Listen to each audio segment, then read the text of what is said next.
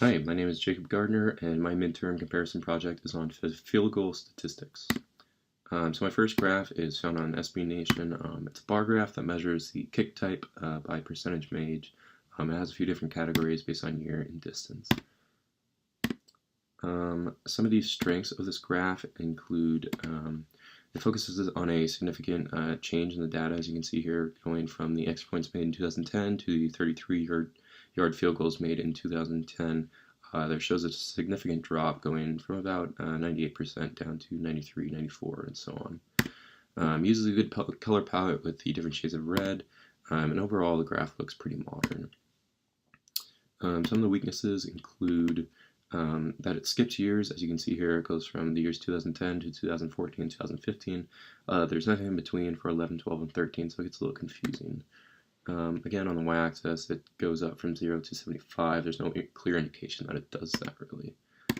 My second graph here is a line graph found in 538.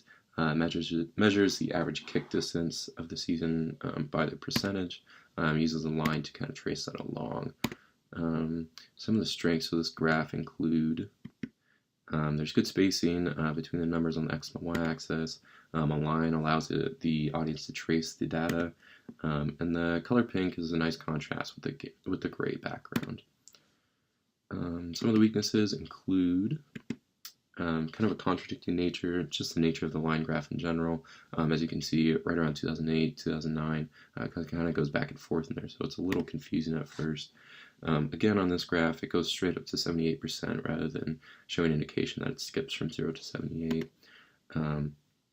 You know, there's some statistics that don't contain like the true nature of the graph.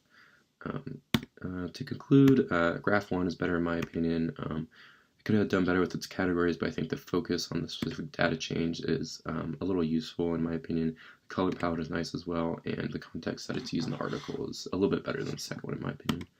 Moving forward, I think we should focus on a specific data change that's really helpful and showing enough data for your audience to get a simple understanding.